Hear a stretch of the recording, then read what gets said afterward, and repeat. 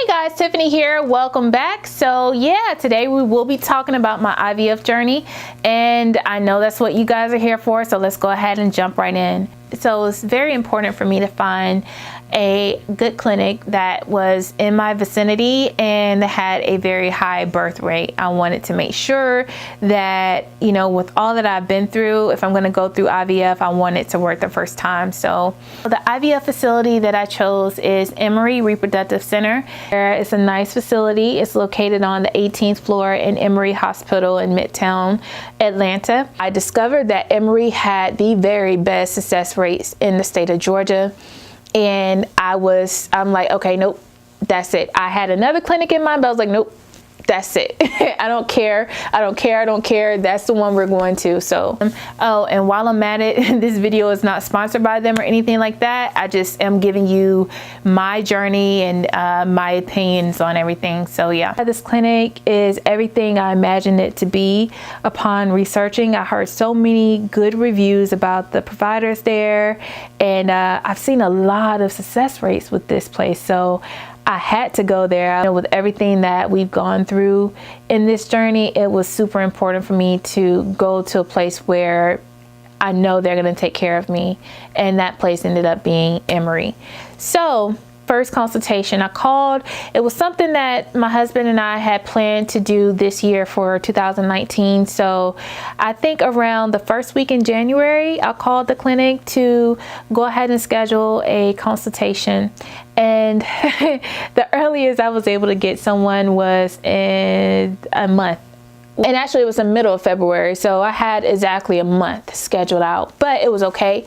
I, kind of had time to get my affairs in order. I know, IVF is a rigorous procedure or a process, not procedure, but process. And I wanted to make sure that I had a clear mind, that my schedule was clear. I had, everything just in place. So it's just so funny how the universe worked things out, because everything played itself out the way it was supposed to be played out. I did not have to, go out of my comfort zone.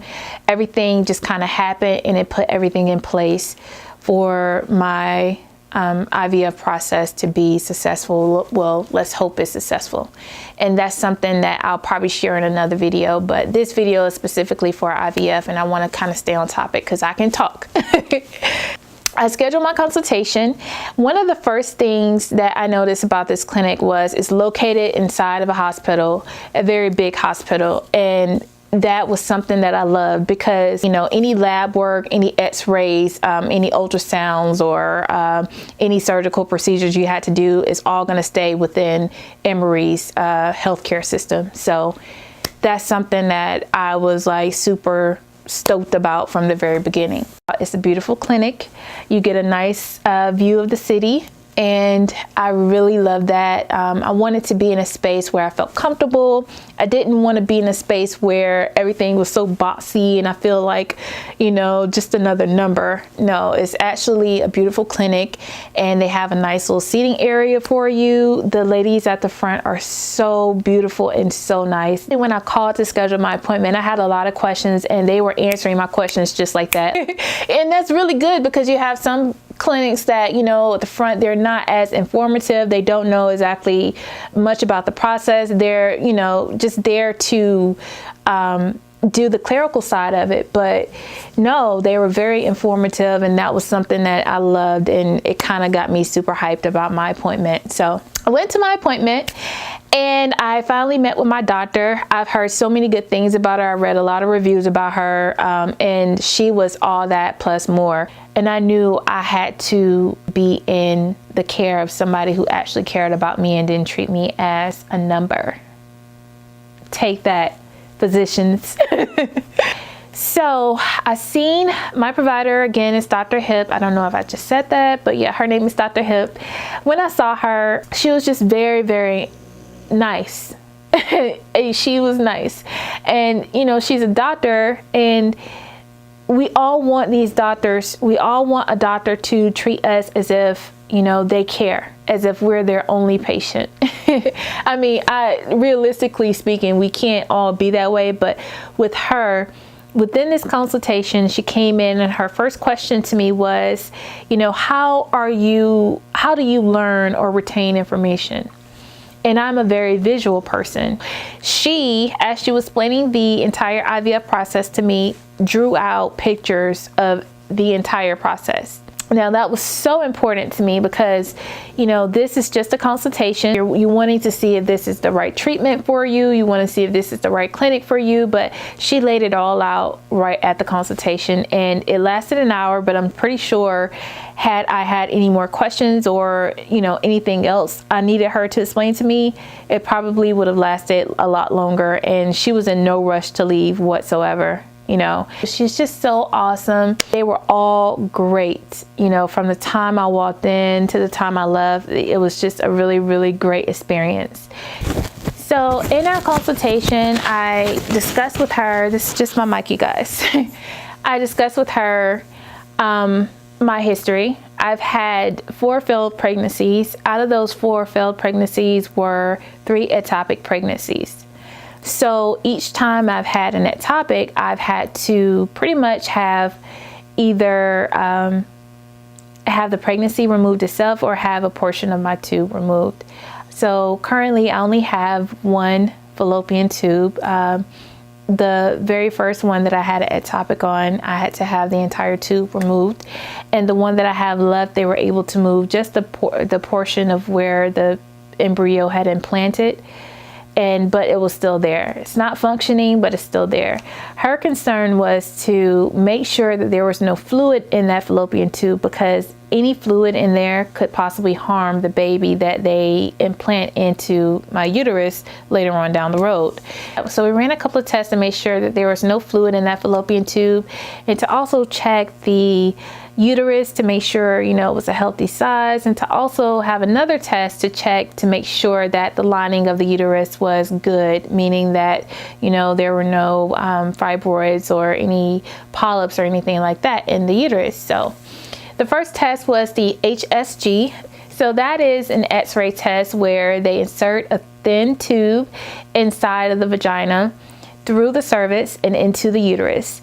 And what it does is, in this thin tube, it shoots out a dye or a contrast. And that dye is to pretty much to illuminate your reproductive system, to show the size of the uterus, and to also show, if it's going through those fallopian tubes. So only thing you could pretty much see was my uterus and a little portion of my fallopian tubes, but not much, obviously.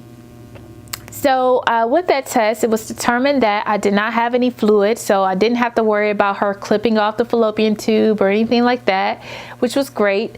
However, the second test, which was a saline sonogram, with this test, it pretty much is where they, with another tube, we have all these tubes that they're inserting inside of me.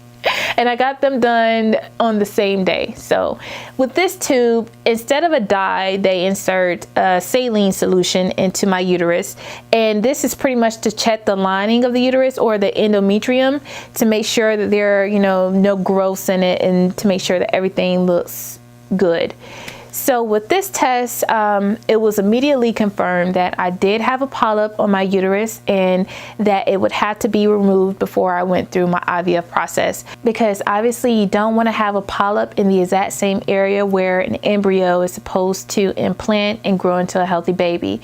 That can cause a miscarriage. So, I was so happy that I did that test, because, we want to get that polyp removed before we go in with our IVF procedures. Oh, and also that day they did what they call a mock trial of transfer, and that's pretty much where they inserted Jesus Christ, that day was horrible. They inserted, so when you get IVF, you want to make sure that everything is a go. So they acted as if they were going to insert the little tube that they use to implant the baby, and it's called like a mock run. They just wanted to make sure that everything went through perfectly. I didn't have any issues with that, and yeah. So I want to not just go through IVF. I want to make sure that, you know, they tested everything to make sure that my body would perform well with IVF. Obviously, I couldn't get pregnant with a polyp. That would have been grounds for a miscarriage. So we're doing everything to kind of prepare and get my body all ready for the new pregnancy. I do have an upcoming surgery scheduled for next week, specifically April 16th. And that's where she's going to go in and laser off the polyp so that I can begin my treatment, and there's nothing else in my uterus. Everything is good and healthy for our little embryo to implant wherever he or she wants to implant and grow into a beautiful, healthy child. So on the same day as my consultation, after it was determined that I wanted to, you know, go ahead and move forward with the IVF process, Dr. Hibb gave me orders to have a blood test done. This first blood test was pretty much to determine that my thyroid was functioning properly. She also tested for AMH, that is the anti-Müllerian hormone, and that's pretty much a hormone that is indicative of a good ovarian reserve. So that means that, you know, there are going to be a lot of good eggs in there, that I should have a lot of eggs for her to take out and for us to work with, and hopefully we have some left over to reserve in the cryo. And you know, if we want to do this process all over again, we already have our babies there. So that was a good test to know. My husband had to go and do his semen analysis, and that's just pretty much where they check to make sure his semen is good, which it is. Those babies are swimming well. However, we're still going to do the process, the ICSI process. It's called ICSI, where they take your husband's healthiest sperm. Of course, they wash these sperms and they make sure that they find the healthiest one. They take it and implant it inside of your egg to create an embryo. So we will be doing the ICSI process. I've heard a lot of good things about this. They say that it results in a higher birth rate. We also had another blood test recently done here just to check to see my blood type and to also check for rubella. She wanted to make sure that I was up to date on all of my vaccines, which I am. After the surgery, we'll have a baseline ultrasound. I think it's 4 days after the surgery, and this is going to be like the start of IVF treatment.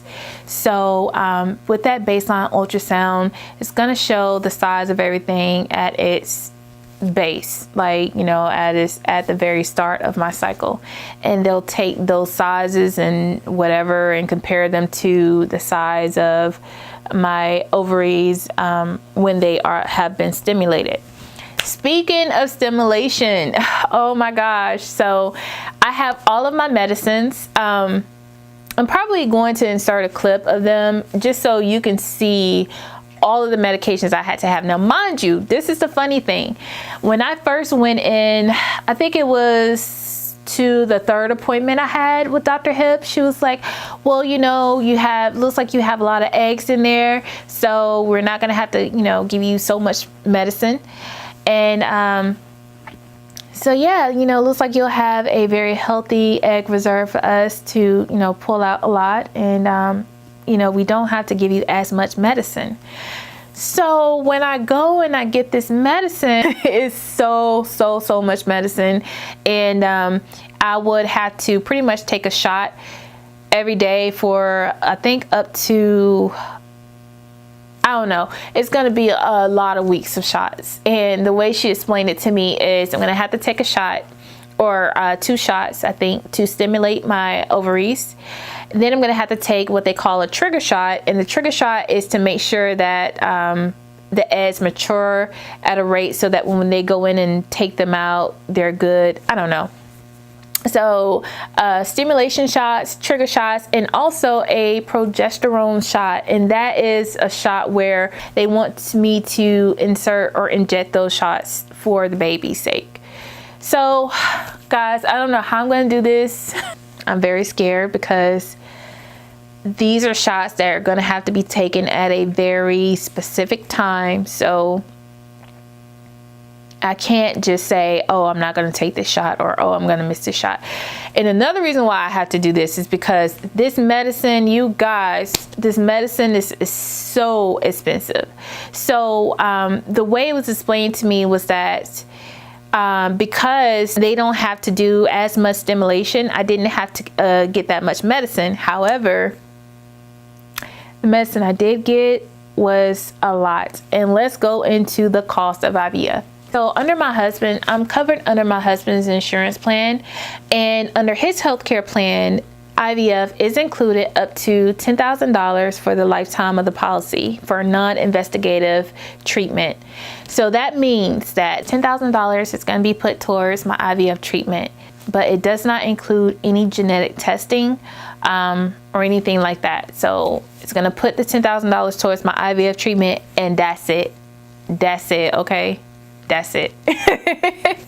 Yeah, they made it very clear that it's $10,000 and it's for the life of the policy. So that also means that if I ever wanted or needed to go through this entire process to have another baby, that they are not going to cover it again. So this is it, period. Which is okay. I'm okay with that. My treatment came up to being upwards about $18,000. And so again, $10,000 is going to be put towards that total via healthcare plan. And then the $8,000 left over is my out-of-pocket fees. That's not including the medicine though. That's not including the medicine, and that's not including my upcoming surgery that I had to have. So the medicine, even though they say, oh, you don't have to have a lot of medicine, you're good, it's going to be on the lower end. I'm like, oh, lower end, okay. What's lower end though? He was like, oh, just $3,000-$4,000. It's okay. That's it. Just $3,000-$4,000. That's it. It's, no big deal. Nothing too fancy, Guys, that is a lot of money for medicine. Oh my gosh. It is a lot of money. But so I've already taken care of the cost for my IVF, and I've already taken care of the cost for my medicine. As a matter of fact, I have half of my medicine sitting on the dresser right now, and I have half in the refrigerator. So when it's time for me to start, I have everything I need and I'm good to go. So yeah, $10,000 is going to be put towards my IVF treatment, and the rest of the $8,000 plus the $4,000 from my medicine is what's going to have to come out of pocket. Shout out to my husband's brother, Kevin, guys. You know what? This is completely off topic, but I have to include it in this video because I wouldn't be able to do this treatment if it wasn't for my husband's brother. So like I said, we have everything paid for, but because of everything that my husband and I have been through over the past 9 years with trying to get pregnant, my brother-in-law was in a place to really help us pay this whole thing off. So that's one thing about family. Family is there when you need them. Family is everything. And when you're talking about IVF treatment and the costs associated with it, it's a lot to discuss. There are different options out there. They are different grants and scholarships for IVF that you can apply for, but those do have deadlines. So if you're thinking about doing IVF and you want to, look for some different scholarships in your state, I would definitely suggest you do that.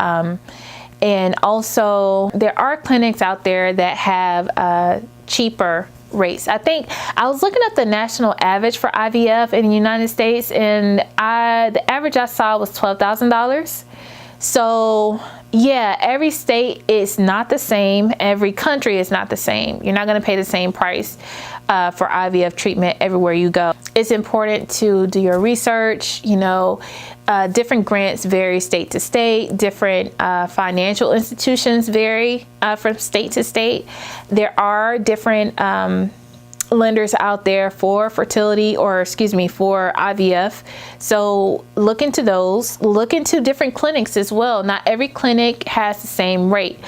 Just because mine was a certain number doesn't mean that yours is going to be that same number. It could be more, it could be less, depending on the type of treatment you need catered to you specifically and your needs. And have you told me like a half a year ago that we would be able to do IVF and have our prince or princess, I would be like, oh no, I don't know how that's going to happen. But everything works out in due season. So it's also important that when you're looking at the cost and everything for treatment, don't give up, you guys. Have faith.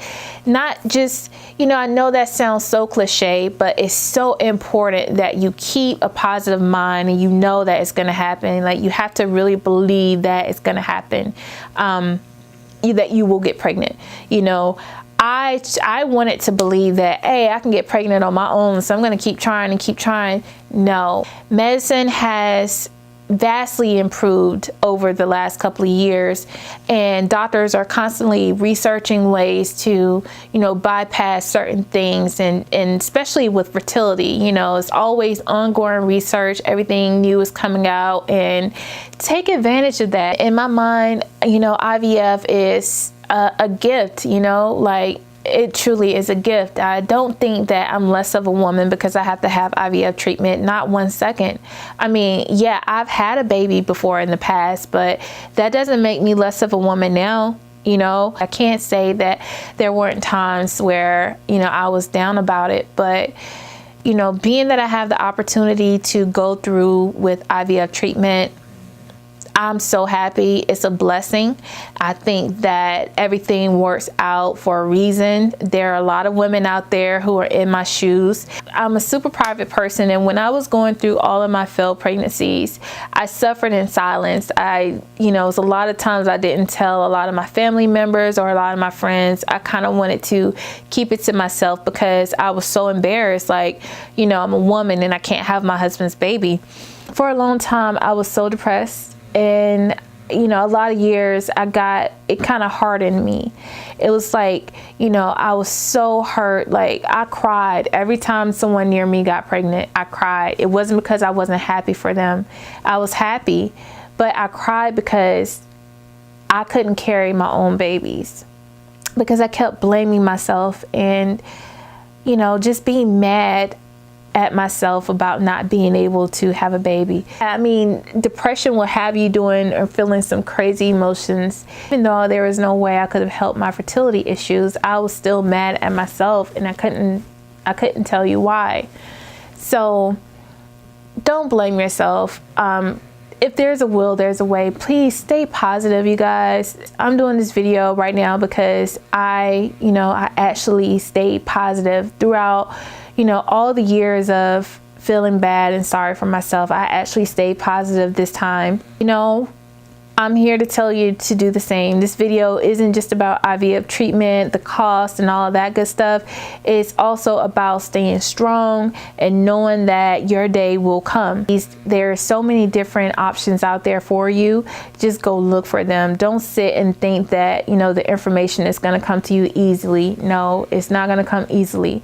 There's a plethora of knowledge out there in ways in which you can finance your IVF treatment. So please don't give up. Continue to look for those ways, and yeah, be encouraged, and know that there are other women out there like you who are having issues, not only fertility issues, but other issues as well. You know, some kids who unfortunately have cancer, where they have to have their eggs or their sperm removed and reserved for them for when they get older, because the chemo will harm the cells, you know. So it's just so much out there that we don't know, we take for granted. If you want a baby, you can definitely get a baby.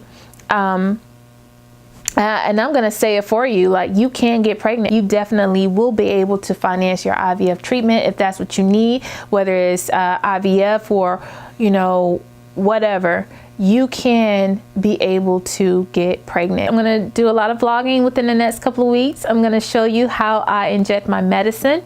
I'm going to show you the different appointments that I'm going to, just so that they can test everything. Yeah, so what's going to happen in the next couple of weeks, I'm going to have to start injecting my medicine. Then I'm going to have to start going to the hospital almost every day for, I think, a week or two.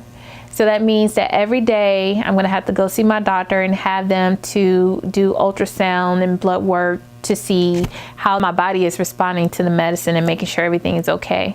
I will be vlogging that. I will show you exactly how I plan on injecting my medicine, because right now I do not know how. And I also plan to take you with me during egg retrieval. So during retrieval process, they will have me hooked up to anesthesia. I think, yeah, anesthesia, and they will go in and take out my eggs. So I hope that I can take you guys with me on that day and have my husband to record that for you guys, and also take you with me when they implant the embryo inside of me. So yeah, that's what we plan on doing for the next couple of weeks. I'm thinking about doing acupuncture. I've heard acupuncture is really good for IVF. It's really good during the retrieval process and also during implantation. So I think I may be doing that. If so, I will be vlogging that. If you have any questions regarding this whole process, or if you are someone who lives in the state of Georgia and you just have questions about the center I go to in general, you're more than welcome to ask. I will give you as much information and knowledge as I possibly can. I will be updating you guys more on my IVF journey and taking you through my process. So if you would like to see more videos like this, please go ahead and subscribe to my channel so that you won't miss out on any of the information I give you. If you like this video, go ahead and like this video. Also, leave any comments or questions that you may have in regards to IVF, or any suggestions you may have for a successful IVF journey. I would love to read all of your comments below, and I wish you guys much success and baby dust and all that good stuff. Thank you so much for watching, you guys, and I'll see you in my next video.